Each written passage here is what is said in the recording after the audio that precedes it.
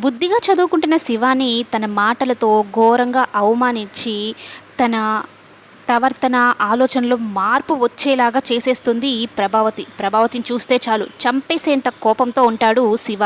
దానికి తోడుగా శివ ఫ్రెండ్ కూడా వాడిని రెచ్చగొడుతూ ఉంటాడు. ఇక అనుకున్నదే తడువుగా ప్రభావతి వెళ్తూ ఉంటే ప్రభావతి బ్యాగ్ని కట్ చేసేసి అందులో ఉన్న డబ్బుని తీసుకొని బ్యాగ్ని ఇసురుగొట్టేసి వెళ్ళిపోతాడు శివ. అయితే ఫైనాన్షియర్కి డబ్బులు కట్టాలని వెళ్తుంది కదా ప్రభావతి, అక్కడికి వెళ్ళి నిజం చెప్తుంది. ఇద్దరు దొంగ వెధవలు నా బ్యాగ్ కత్తిరిచ్చేసి అందులోని డబ్బులు ఎత్తుకెళ్ళిపోయారన్నయ్య అంటే, ఓహో అవునా, కొత్త కథ చెప్తున్నావా, ఈవిని లావణ్యంగా సుకుమారంగా తీసుకొని వెళ్ళి గదిలో బంధించండి అని తన అసిస్టెంట్లకి చెప్తాడు. ఏం మాత్రం కొంచెం కూడా జాలి దయ చూపించకుండా ప్రభావతిని తీసుకొని పోయి జైల్లో వేసినట్టు ఒక గదిలో బంధించేస్తారు.